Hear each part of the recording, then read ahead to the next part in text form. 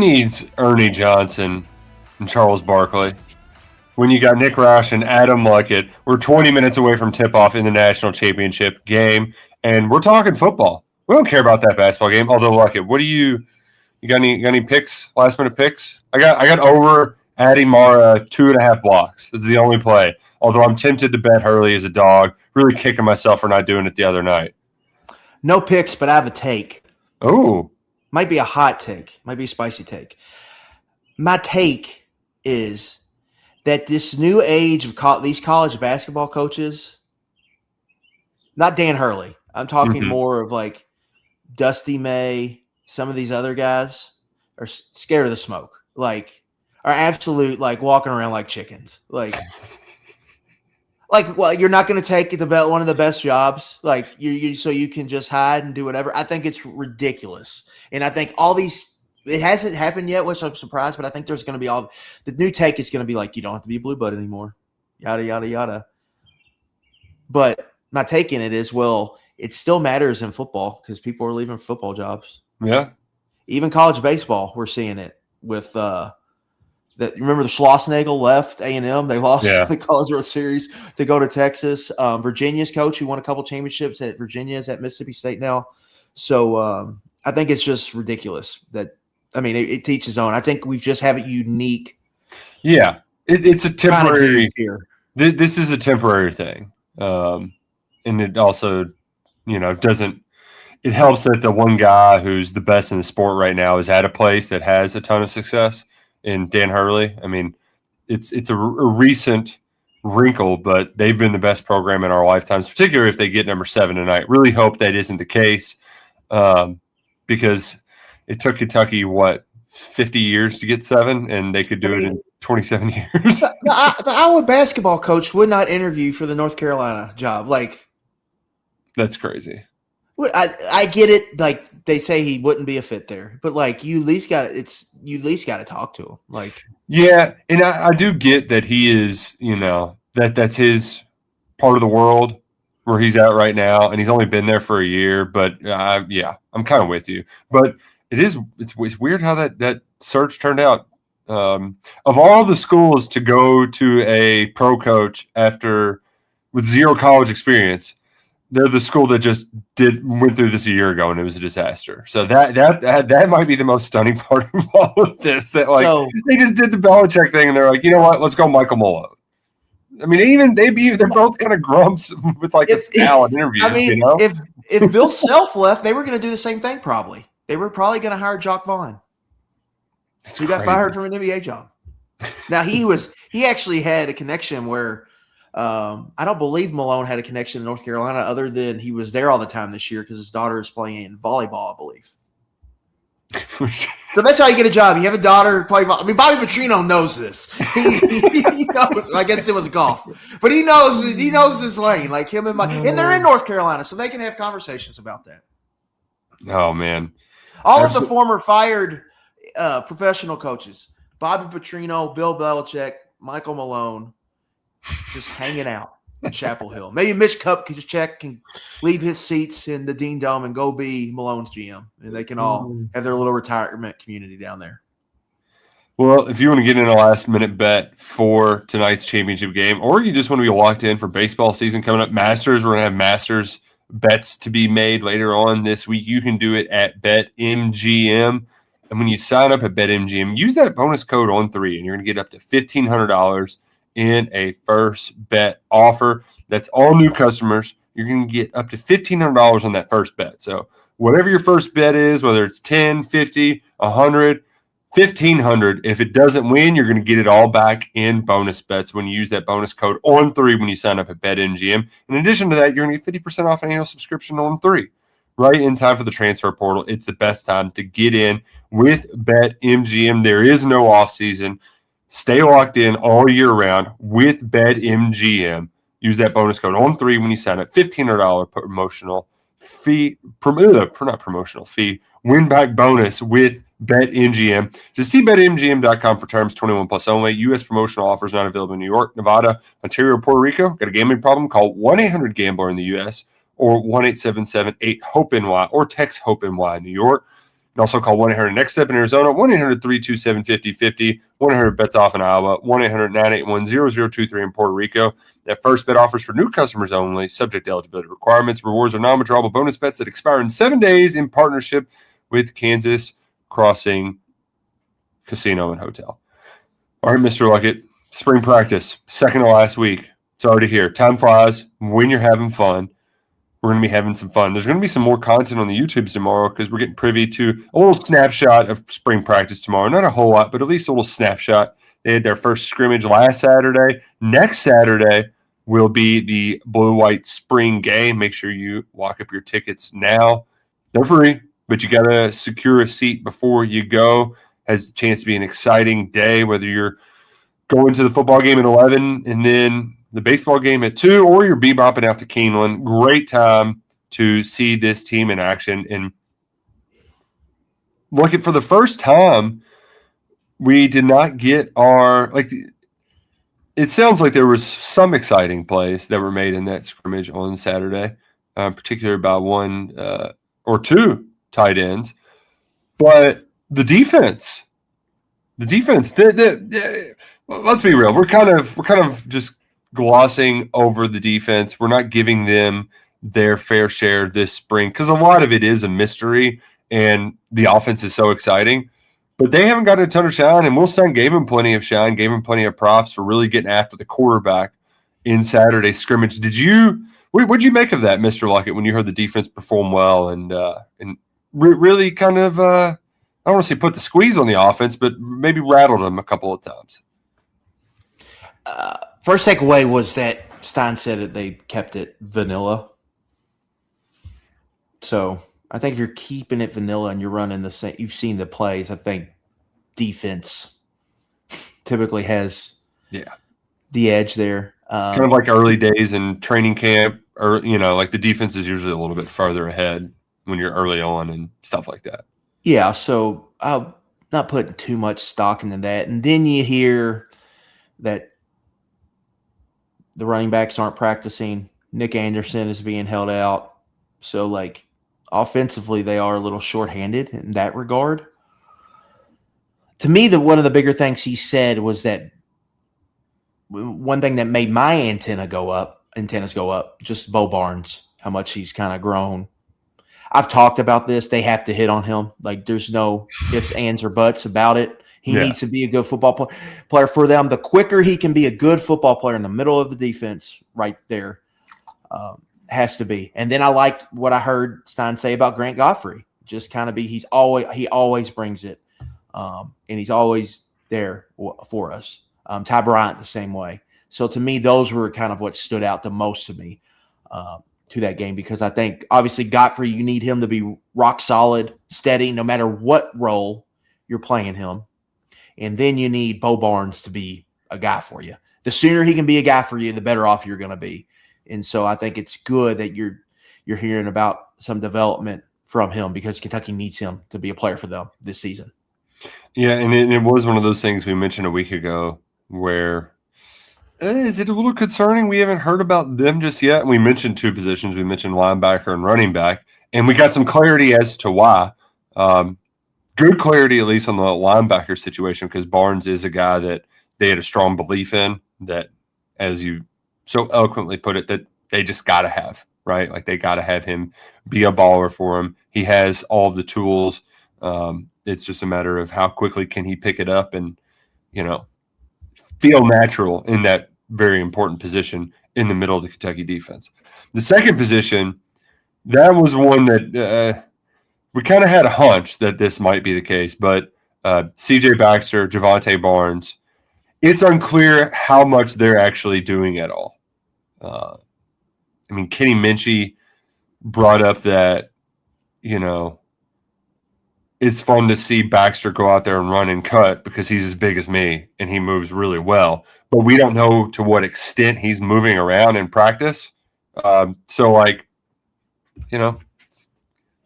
know what you're going to get out of there, either of those, because they're not doing much at all. And then that gave us the funniest wrinkle so far of spring, which we were I was kind of waiting for something like this.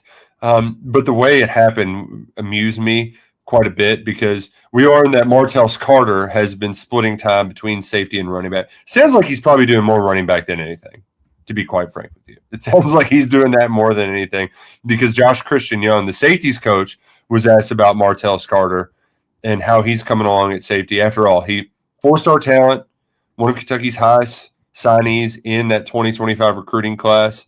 And you would think he would be a very valuable piece in the Kentucky secondary. You know, can he be sort of a third safety, for the lack of a better term? And it's like, well, he's spending a lot of time on offense. You think, oh, so he's playing receiver? No, he's playing running back, which, not to be negative Nancy like it, but I'm one of those. I'm very much glass half full. But when I heard that, the glass was half empty.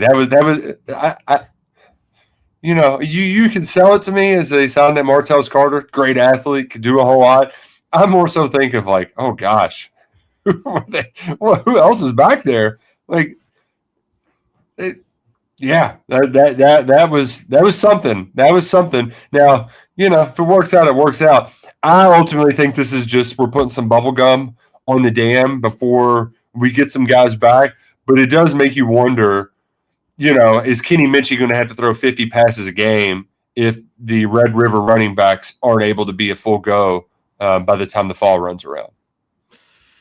So what you're saying is you weren't buying what Dabo was selling when he's like, oh, we're playing Adam Randall at running back. He has what I think it takes to be here. And then you look up and Clemson can't run the ball worth a lick last year. Just not buying it. Now, granted, it's not supposed to be a strength of the team, but it needs to be somewhat part of the equation. And I think in the past, who was the kid that Oregon got last year from Tulane? They picked off that guy from Summerall.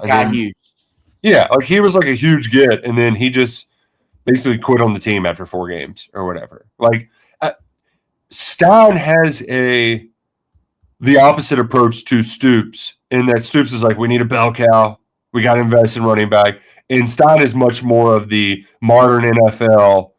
We're going to play a lot of guys sort of mentality. So I don't think this is like this season hinges on this, but it's definitely noteworthy. Like that, the 2 guys they brought in here to play running back just start playing running back this spring. You don't know if it's a red flag yet, but it's a flag one way or the other. Yeah. Right.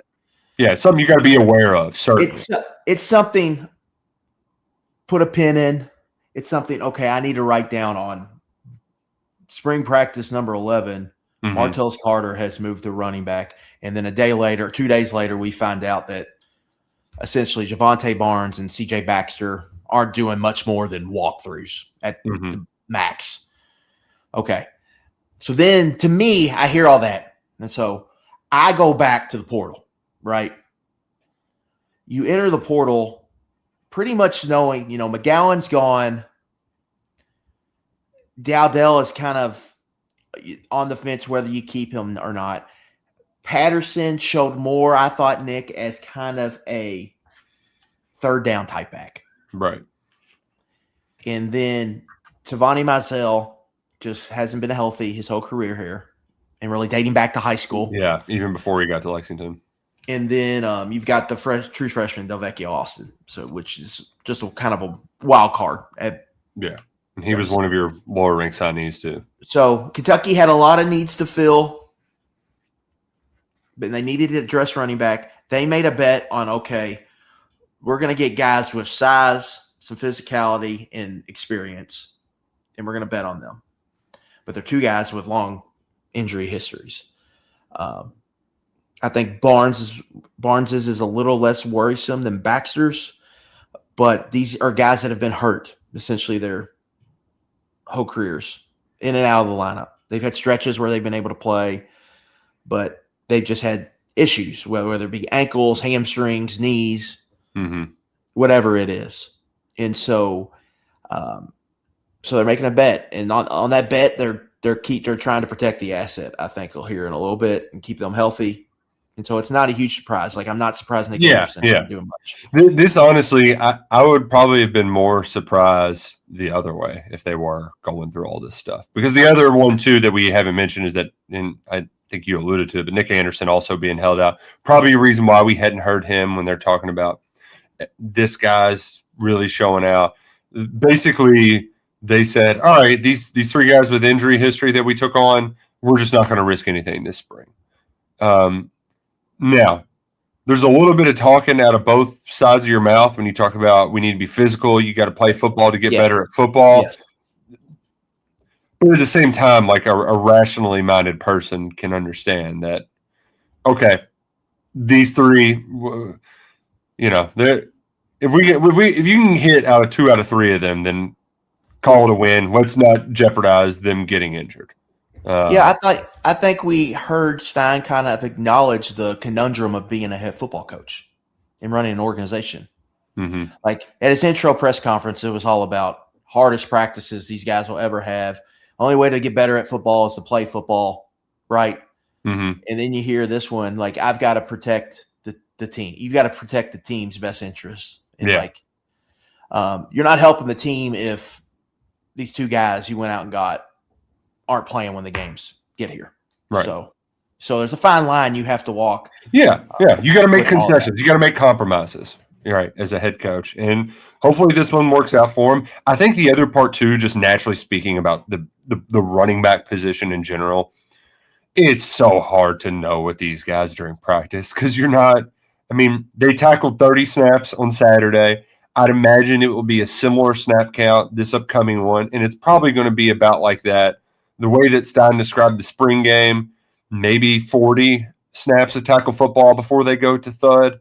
So, like, it's a very small sample size where you'd be getting, 8 carry. Like, how much can you really tell if a guy's getting – if your running backs are carrying the ball 8 times in full tackle? Right? Like, it's not – it really isn't worth it. And how much are you going to know? You know, so, like, that part of it, I totally get it. But it's certainly something that we have to discuss that, like you said, it's a flag. We're not going to throw a challenge flag. We're going to throw a red flag, a yellow flag. Which, by the way, can we get challenge flags in the ABS or I kind of like that. I love ABS. I mean, it is an electric factory. I absolutely love it. I like the head tap, but I do want something more like the NFL Coaches Challenge. Like, that's one thing the NFL has better than any of the other replays.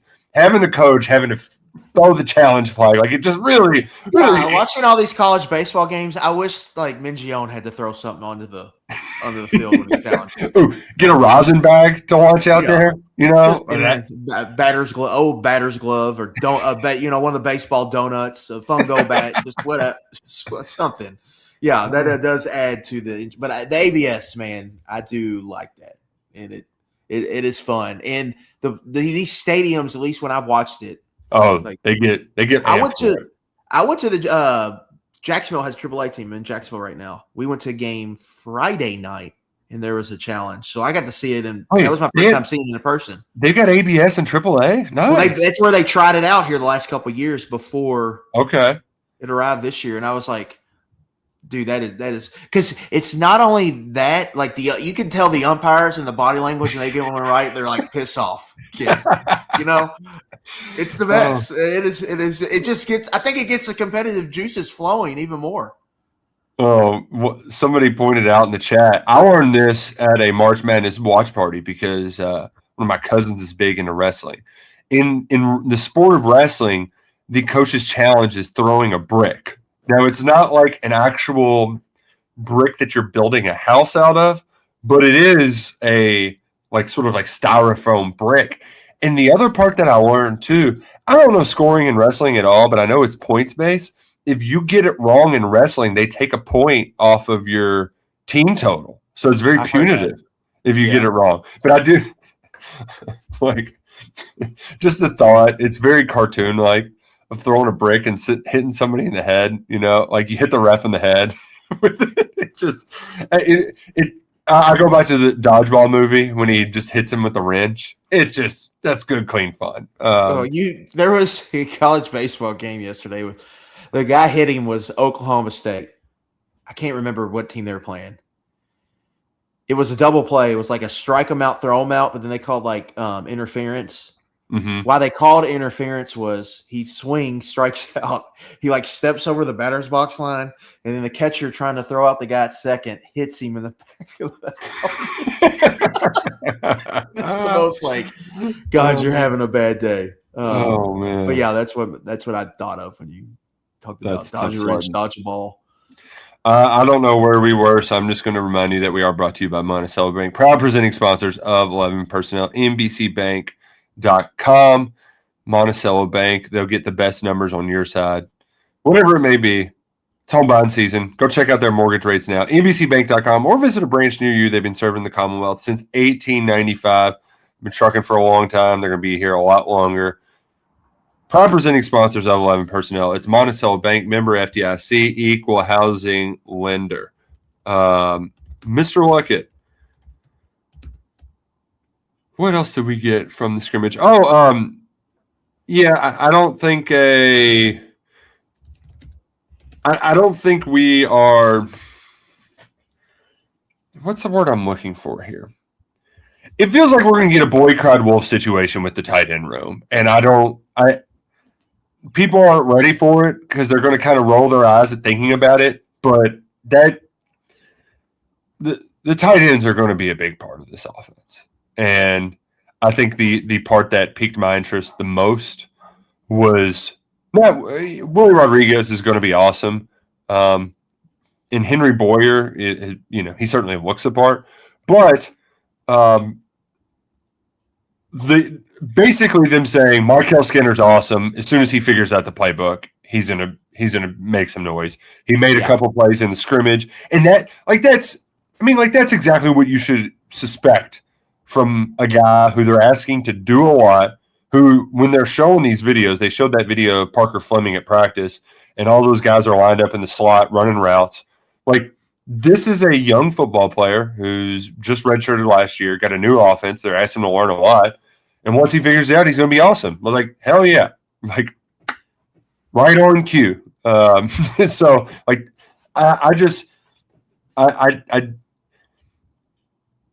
I know that when July comes around and we're talking about Kentucky's tight ends, there are going to be a lot of people who are just kind of getting their engines revved up for football for the first time who are going to say, whoa. I've heard this so many times before.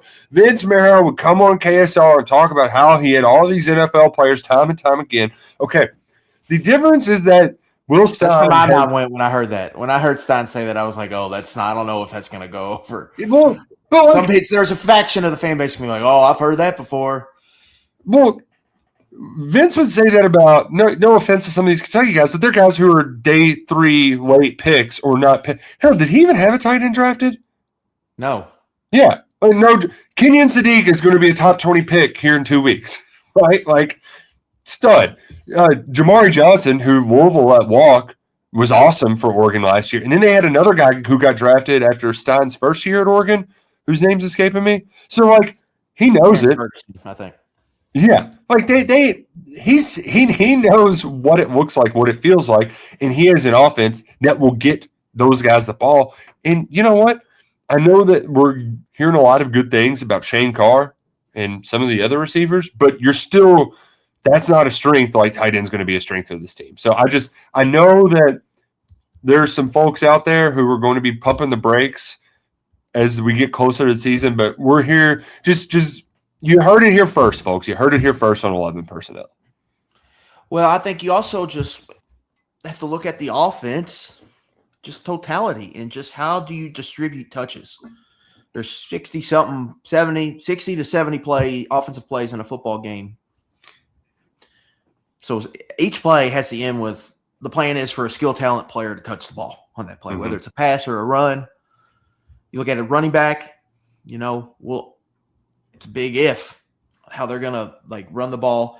And then receivers, there's some question marks. There's not, at least right now, a true doubt like we're getting this guy 12 targets every game. Right. That's not out there. But there is a way you can alter that, and that's getting the tight ends involved. Because if you're going to be a pass-heavy offense in any regard, you're going to have to get them involved. And then obviously Willie Rodriguez is a big part of what they're going to do, but Skinner has like the potential to be kind of a mismatch creator. And even going back to last year, you thought he had a chance to be a guy that could really impact your team. Yeah, it's certainly fun. It's certainly exciting. And I'm excited to get out there, touch a little grass tomorrow morning. Kentucky has 5 practices and a scrimmage left to go. So time flies when you're having fun. We're having fun. We're going to also chat with Colby Smith. So it's funny, all this running back talk, and then we're going to get to chat with the running backs coach tomorrow. But plenty more spring football content coming right around the corner. And I think as much as, some people will want to – the big stuff really is happening on the recruiting front, or at least it's inching that way, Mr. Luckett. Not quite there yet. But the quarterback dominoes, they're starting to fall. Izzy Abrams, excuse me. I got those mixed up a lot. He committed to Miami on the Pat McAfee show.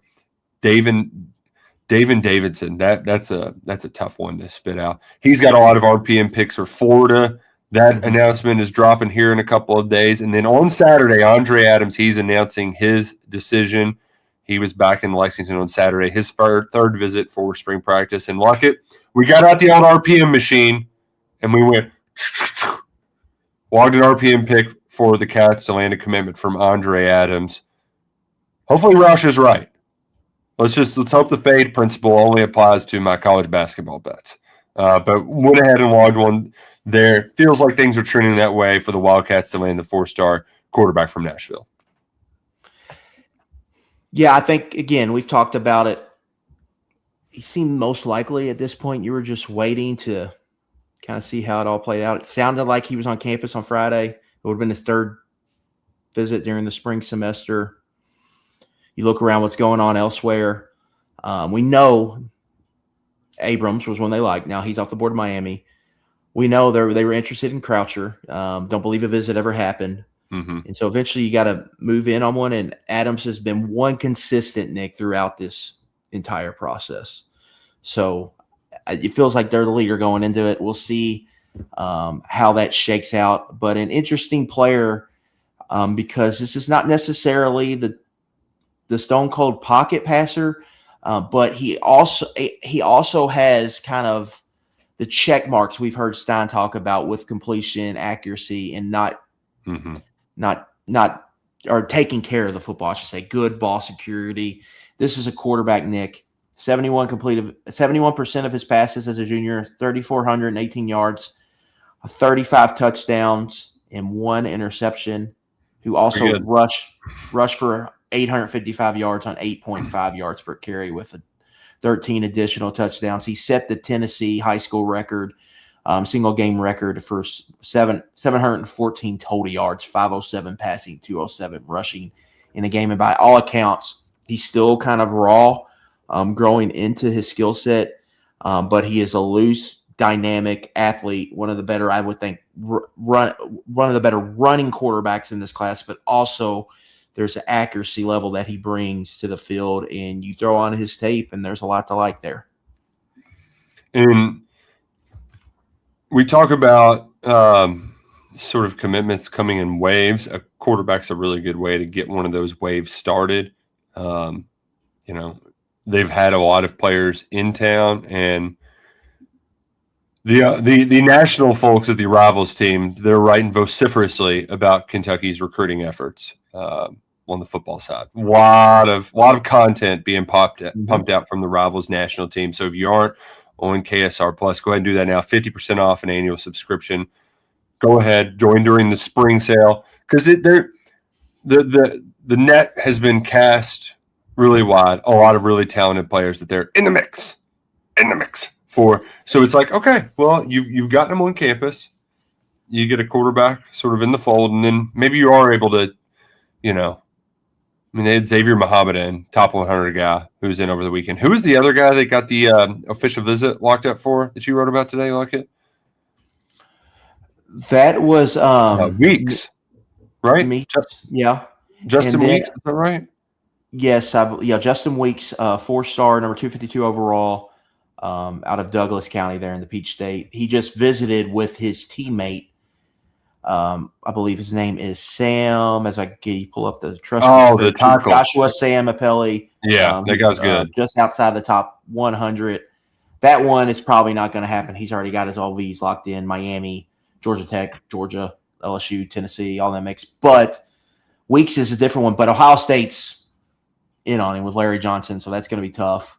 Mm-hmm. And then also a borderline 5-star receiver, Nick, today, Eric McFarland. Sounds like he's going to be on campus this week. I'm down at IMG Academy.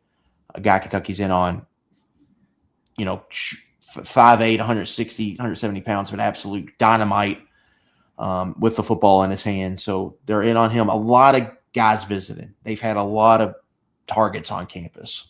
Mm-hmm. Now they just got to close. You look at it, you could break down every position and be like, they've got legit chance here. They've got the numbers, they've got the volume. Now they just got to close on one of these guys they're in range for. And so that's kind of where they're at, I think, right now. It's going to be a huge, huge June. I think it would be nice if you could get quarterback in the board and then maybe get a little domino, 3-4. Get a couple more, sprinkle in. Yeah. It was nice. And you're kind of rolling with some momentum. Yeah. It's good to see they got Fryman in, the Northern Kentucky wide receiver, who he plays baseball, so he's not doing he's not in the recruiting kind of stuff as much right now because of baseball, but it was good to see that Kentucky got him on campus because he's another bona fide baller. So it'd be nice if they could, like you said, add a couple along with the quarterback to kind of set you up nicely before you go into that busy time in the month of June where this Kentucky coaching staff, they're going to be on their feet a lot. And at Lexington Podiatry, they can take care of your feet. So at Lexington Podiatry, we understand the importance of preventative care from traditional medicine with modern advancements to offer the latest cutting-edge treatment. Our goal is to diagnose conditions early on, improve your outcomes, and keep our patients active. I actually keep the I don't really know what like apothecary. I don't hear that word a lot, but they've got one, and like they've cooked up some of the CBD goods, and I'll rub that stuff on my back after a nice run. We got a 10K in before guzzling down 7 deviled eggs on Easter Sunday. So we best of both worlds, right? Gearing up for the mini here in a couple of weeks. Shout out to Lexington Podiatry. They're helping take care of us. Whether you've got some serious concerns, you got ankle pain, past injuries, or hell, even just biomechanical issues, they can look at you walking and figure out what's going wrong and how to fix you up. Lexington Podiatry's dedication to delivering quality care has landed the best accolades like Best Podiatric Clinic, over 3,000 positive reviews. Lexington Podiatry takes pride in helping our patients put the best foot forward. Learn more, head over to lexpodiatry.com or give them a call, 859-264-1141. That's 859-264-1141. Give Lexington Podiatry a shout today. Get your feet right this spring where it's sprung for Mr. Luckett. He's going beaching. You going to do any beach runs, Luckett? Get out there, a little cross training? We say we're going to maybe do like where we're staying. It's like, it's a little like beach town. They've got like a little entertainment district, and it's real like it's only like I don't know, half mile or so walk. So you could walk down the beach, or you could run in that little loop and then do a loop back. I think we might do that. We'll see how it goes. Rain's in the forecast, so ooh, that's not. But it's getting cold where I'm at now. Like if you're in Panama City or Destin, this is probably not the best time to be there for spring break. But we're going in South Florida, so we might actually get some okay weather in the low 80s if we're lucky. I know there are a lot of fine folks in Kentucky who do the Panhandle because it's just easy access. It's easy little drive. Very much a roll of the dice this time of year, though. Absolutely. Because it can get downright chilly. So. Hopefully there's plenty of folks enjoying spring break this time of year. Look, I learned something this week that shocked me, and it wasn't anything to do with Kentucky spring football. Spring break is just not a thing where my wife is from. They don't do it. It's definitely a Louisville thing. I could understand where maybe some people's places. But even in the South, my sisters in Alabama, their kids have a 1-week spring break. But my wife's from. You're saying? I thought you meant Like they don't go on spring break trips. Yeah, which I could even get that, but they don't even get a week out of school. It's like, all right, well, we're going to make Easter, you get a 4 or 5 day weekend, but there's not just like, here's a week off, go. No, they're just pushing straight through and trying to get out of school as quickly as possible. So I think that's a decent question though. Would you rather have no spring break and get out of school before Memorial Day, or get the 1 week buffer to kind of get everything to kind of clear the one last sort of reset before you get to your final quarter of the school year? I think the break's important. You need that little reset. Like in college, I needed it. You're burning the midnight oil. It's nice to have that. And then like you get to, all right, this is the final push. Now it gets serious because finals and all that. I think the best argument for not having it would be teachers saying that you can't get anything done after spring break. Like the kids are kind of mentally checked out after it. Yeah. But I think locally in Louisville, that more so applies to Derby. Like once Derby happens, school's done, right? Like you can't. There's just a couple weeks left. It's warm outside. Like what are you doing anyway? Maybe it was just me as a kid who's just last couple weeks of school they're a little pointless. Everyone's just I feel like the teachers are everyone's just ready to get out of there. Which, by the way, playing out the string. Quick Derby update. I know all of you all are been really waiting around for this one from old Nick Roush, but so 2 connections. One, Brad Cox, he's got 3 of the top 5 points getters on the Derby board. I don't think the Commandment's good, yes. So is Further Ado. I don't think Full Effort. It won the Turfway. It's not up there in the same. But still, 3 of the top 5. Brad Cox. He's looking to get his first, aside from Mandaloon, which is kind of an asterisk-y one anyway. So that's noteworthy. But the big one, the top 3 choices in the Kentucky Derby all had the same jockey. And it's probably the best jockey in the sport, but he's never won a Derby. Irad Ortiz Jr. is 0 for 9. His brother Jose, 0 for 10, never won a Derby. But Irad ran Renegade, he ran Further Ado, and he was on Commandment. And now he just gets to pick which one. And this feels doesn't it? I don't know the perfect analogy, but there's definitely some sort of gambling analogy where it's like you have a surefire winner, and if it was me, I would definitely pick the loser. Like there's just, oh my gosh, all of these could be winners. I can't go wrong with anyone, but I would pick the wrong one. That's the situation Irad Ortiz finds himself in. Further Ado won the Bluegrass Stakes. Sadly, weak field, but that horse, best buyer of the year, and it looks like a monster. I have a hunch he might go with that one, but it felt good to lose some money at Keeneland on Saturday. I had my favorite pick of the day. Terrible trip. He got bumped up. Still came in second, but felt good to just give some losers out. Get some losing bets in early because you gotta get your shots up, right? Even if you miss them, you gotta just get shots up, right? This is a high volume deal. You got to get your shots up early before the real gambling matters when we get towards the first Saturday in May. But did you see any of the pictures or anything from Keeneland over the weekend? It looked top notch, top tier Keeneland. I saw it was packed. So, yeah. Malachi Moreno, I think he was having a good time before announcing he was back. Do you have any remorse over missing out on basketball transfer portal like it? I know we're locked in for football. We're not as nearly as locked in for basketball portal. You will miss. You're unplugged just a little bit. That stuff happens fast and it is fun while it's happening. You get to ride the wave. But I'll get some. It's only a couple days. I think by the time I'll get back is when everything will start popping off. I just can't do the in basketball. There are fewer to football. Oh, sorry, football is very high volume. Basketball, people are making their own hypothetical starting lineups, and I just can't even. I don't know how one could have the bandwidth for that. It's just it's too much for me. But once things once it gets real, it'll get real. It'll be real fun. Polachek, he's working the phones. Jack, he's all over it. We got plenty of insider intel there. And it's also guys, we're the show in town. right? Nobody else covers the portal like we do at KSR. So get on over to KSR Plus. Subscribe now. Look at let's get on out of here, shall we? Should we go watch this championship game? Yeah, go celebrate another Reds win. 7-3. Hot start. Oh, they got another one? I only need a run to win. Another shutout tonight. 2-0. They were squeaking by the last couple games where you're just kind of hold on to your butts the last few innings. They had first and third yesterday, and I was like, just got a guy swinging. I think it was 0-0. I think Ellie put him up in the 4th or the 5th, or Ellie got on, Sal hit him in, and then Stevenson home run late. 2-0 shutout.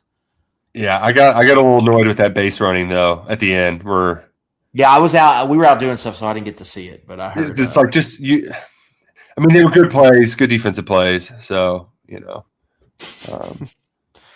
Captain Crash, that's good. Yeah, he'll just tell you. Yeah. You'll be talking about bagels or something, and then the next thing you know, did you know that Sultan SWAT is going off 16-1 here at Aqueduct? All right. Very funny thing that happened in the world of horse racing. This is what you get the good stuff from Roush. At Evangeline Downs on Saturday night, a horse had ran 30 times and had never won a race. And in a $50,000 stakes race, the 7-year-old unaffiliated came in and won for the first time. 30 times a loser, 31st time was the charm. Oh, man. What a silly sport. Very silly sport. I'm like a Notre Dame grad. How do you know they went to Notre Dame? Just wait. They'll tell you. Don't worry. I'll tell you in no time. All about horse racing. It's Derby season. We're getting fired up, folks. We're glad you joined us today. We'll have plenty of content coming out. Kentucky spring practice tomorrow on the KSR YouTubes. We'll be back previewing the spring game next week. He's Adam Luckett. I'm Nick Roush. Go Cats and go Kroger.